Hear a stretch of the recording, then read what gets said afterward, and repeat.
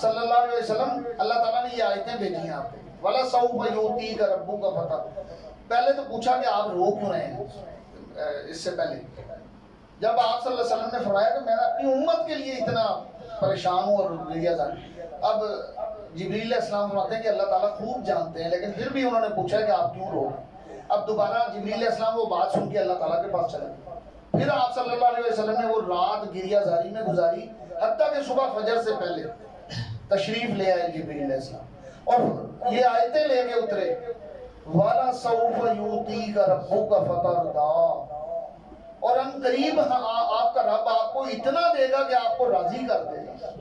اور جب جبریل علیہ السلام نے کہا یا رسول اللہ صلی اللہ علیہ وسلم، اللہ تعالیٰ نے فرمایا ہے قیامت والے دن جس طرح آپ راضی ہوں گے اللہ تعالیٰ آپ کو راضی کریں گے۔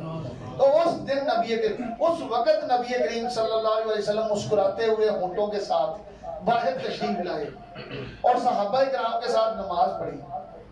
اب صدیق صحابہ کرام نے نماز پڑھنے کے بعد فجر کی سوال کیا، یا رسول اللہ صلی اللہ علیہ وسلم، آج آپ صلی اللہ علیہ وسلم کے ہونٹوں سے مسکراہٹ اتنی ماشاءاللہ پھوٹ رہی تھی اور چند نور کے نورانی دندان مبارک سے ایسے جیسے نور کی کرنیں نکل رہی تھی، تو آپ صلی اللہ علیہ وسلم کے ہونٹ مبارک بند نہیں ہو رہے تھے، مسکراہٹ اتنی تھی۔ صحابہ نے پوچھا یا رسول اللہ صلی اللہ علیہ وسلم، آج آپ اتنے خوش اور راضی ہیں، کیا بات ہے؟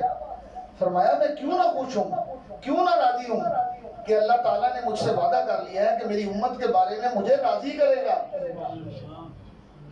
حضرات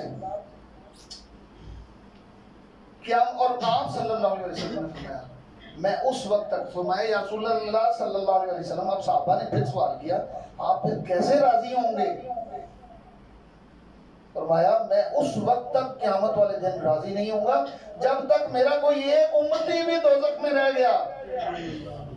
حضرات تو پھر کیوں نہ کہیں ایسے غم خارے امت والے، ایسی غم خاری امت پہ آقا کی کیوں نہ کہیں کہ گل ساری سرکار دی۔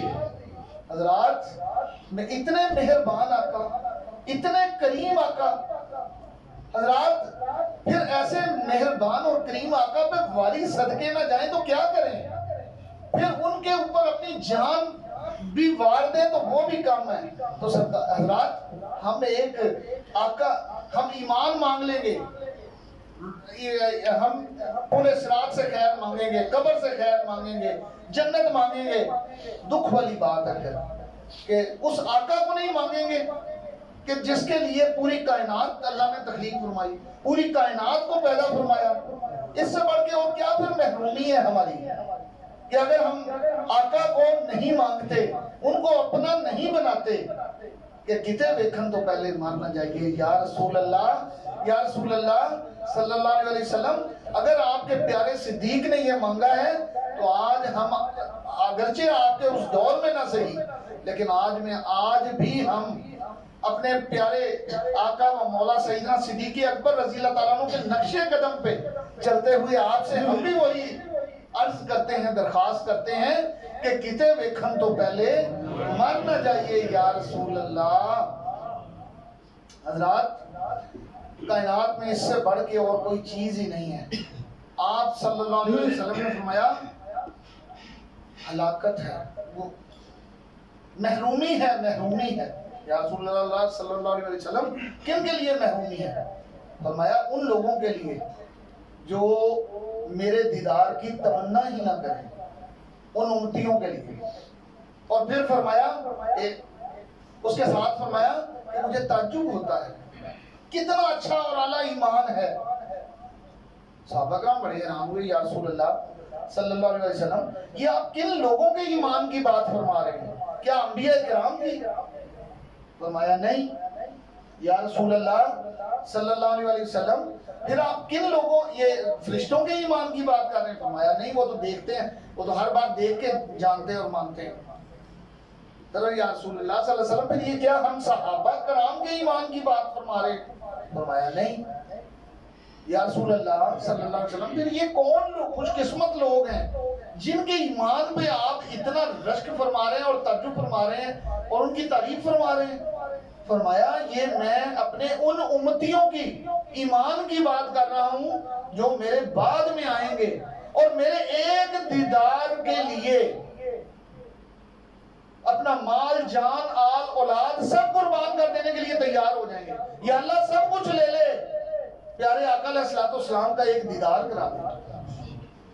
فرمایا میں اپنے ان امتیوں کے ایمان پہ رشک کر رہا ہوں اور ان کے ایمان کی تعریف کر رہا ہوں جو میرے بعد آئیں گے. حضرات یہ ہیں خوش قسمت وہ لوگ جو آج سیدنا صدیق اکبر رضی اللہ تعالیٰ عنہ کے نقش قدم پہ چلتے ہوئے آقا علیہ الصلوۃ والسلام کو مانگتے ہیں. دن رات ان کی کل کائنات سیدنا صدیق اکبر پیارے آقا مصطفیٰ کریم علیہ الصلوۃ والسلام. حضرات وہ ہماری جان ہے، ہمارا ایمان ہے. اب آپ کو ایک بات بتاؤں، بڑا لطیف سا نکتہ ہے. اللہ تعالیٰ کی جان نبی پاک صلی اللہ علیہ وسلم، پوری خدائی کی جان اب نبی پاک صلی اللہ علیہ وسلم، تمام نبیوں کی جان نبی پاک صلی اللہ علیہ وسلم، صحابہ کی جان نبی پاک صلی اللہ علیہ وسلم. تو پھر ہم امتیوں کی جان کیوں نہیں ہیں؟ پھر ہم ابھی تک اس بات پہ کیوں نہیں پہنچے کہ جس طرح صحابی کہتا تھا فدا کا امی و ابی یا رسول اللہ، یا رسول اللہ صلی اللہ علیہ وسلم. بندے کو یا سب سے پیاری اپنی جان ہوتی ہے یا اپنے ماں باپ پیارے ہوتے ہیں. کیوں بچوں ایسے ہی ہے؟ تو صحابہ کیا کہتے تھے؟ یا رسول اللہ صلی اللہ علیہ وسلم میں بھی قربان، میرے ماں باپ بھی آپ پہ قربان. یہ مسئلہ ہے، یہ بات ہے. اس طرح عرض کرتے تھے صحابہ. تو کیا صرف صحابہ کا ہی حق تھا؟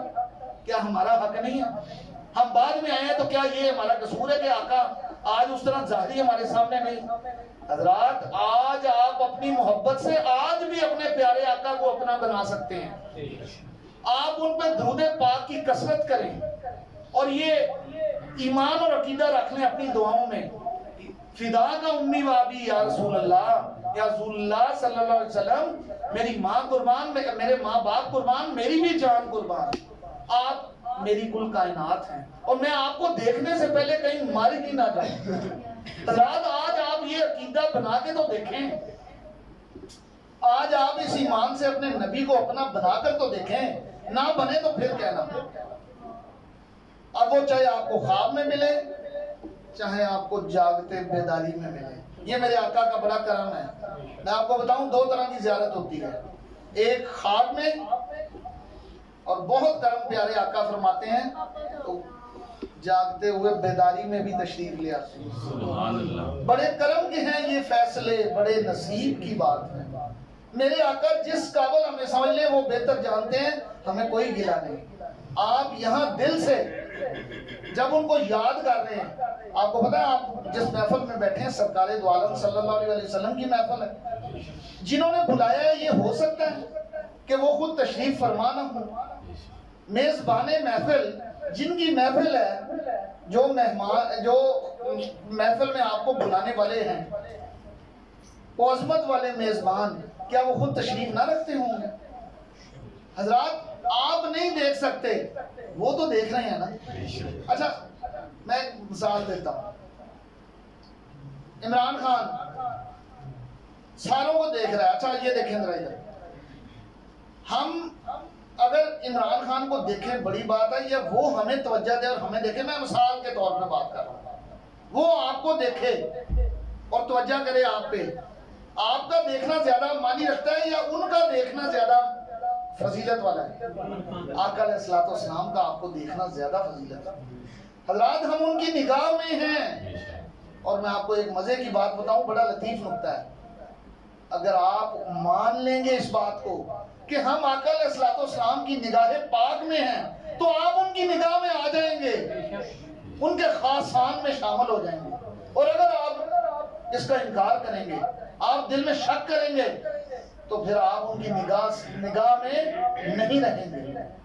ان خاصانے عاشقان مصطفیٰ علیہ السلام میں نہیں داخل ہو سکتے. کیوں؟ آپ جب انسان کو وہی ملتا ہے جو اس کا عقیدہ ہوتا ہے. اور یہ حدیث قدسی بھی ہے. اللہ فرمایا کہ آپ صلی اللہ علیہ وسلم نے فرمایا کہ اللہ تعالیٰ ہر بندے کو اس کے گمان کے مطابق ملتا ہے.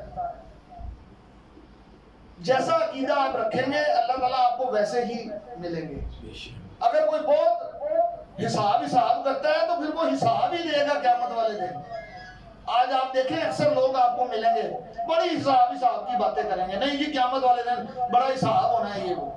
خدا کی قسم میں آپ کو یہ بتاتا ہوں، حدیث شریف ہے بخاری شریف کی، جس کا نامہ، جس کے اعمال کی جانچ پڑتال ہو گئی، کھل گیا نامہ اعمال، پھر وہ اللہ کے غضب سے نہیں بچ سکے۔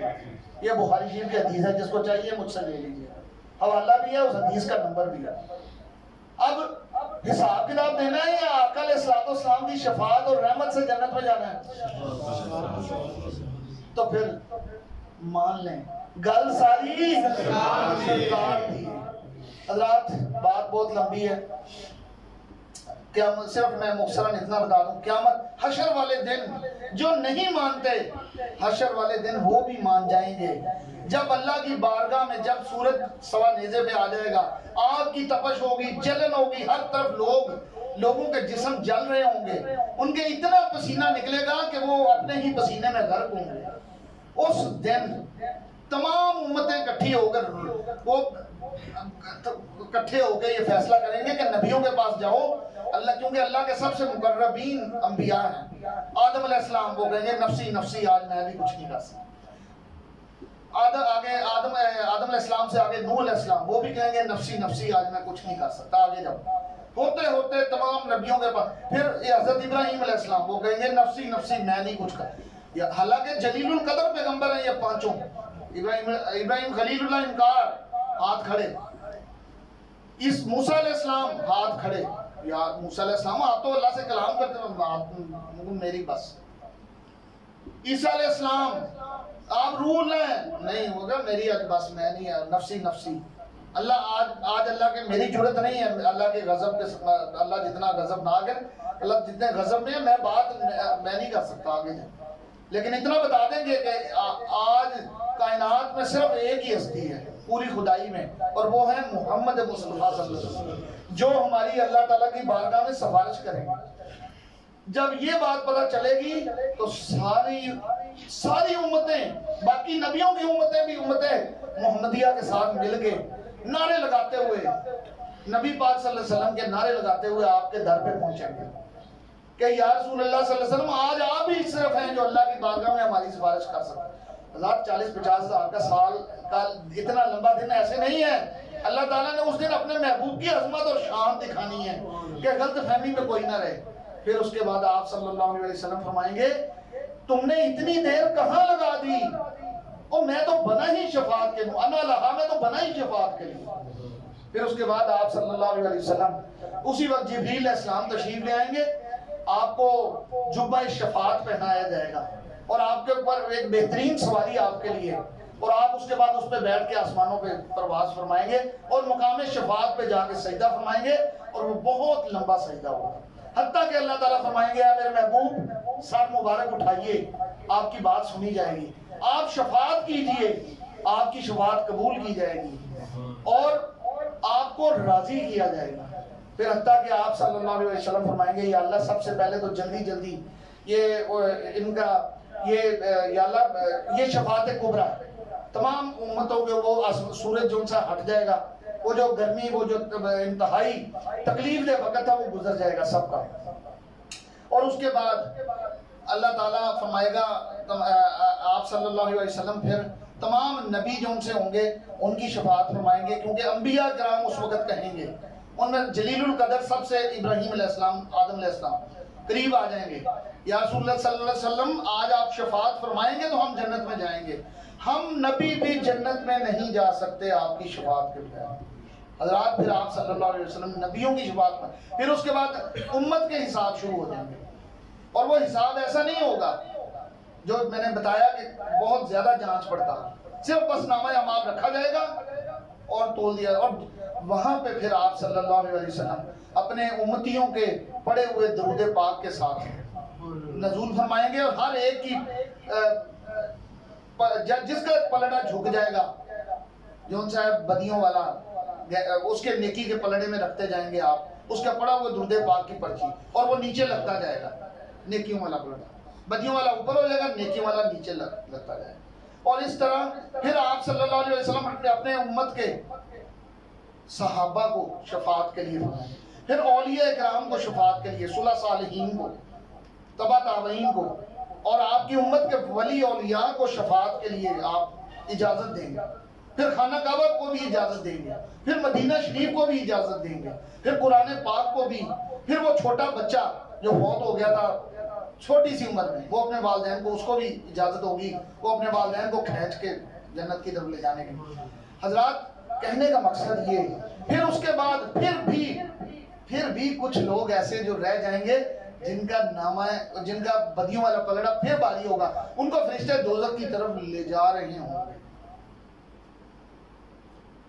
اور چند ایک کو لے بھی جائیں گے، لیکن اسی وقت آپ صلی اللہ علیہ وسلم توجہ فرمائیں گے، اور آپ صلی اللہ علیہ وسلم فوری طور پہ دوزخ کی طرف تشریف لیں گے، اور اس وقت جنت کے دوزخ کے داروغہ سے پورا لسٹ مانگیں گے، اور پھر اللہ کی بارگاہ میں عرض کریں گے، اور اللہ تعالیٰ کے حکم سے، اور اللہ تعالیٰ فرمائیں گے میرا محبوب جیسے راضی ہوتا ہے اس کو راضی کرو، جس کے دل میں رائی کے دانے برابر بھی ایمان ہوگا ان سب کو دوزخ سے نکال کے جنت میں لے جائے۔ حضرات ایسے مہربان اور کریم نبی پہ یہ شفاعت صغریٰ ہے، ایسے مہربان کریم نبی پہ واری صدقے نہ جائیں تو کیا کریں، اور ایسے نبی کو اپنا نہ بنائیں، اپنے دل جان روح کل کائنات اپنی نہ بنائیں تو کیا کریں۔ حضرات پھر کہہ دیجئے دل سے اور تسلیم کر لیجئے، گل ساری سرکار دی، وما علینا الا البلاغ۔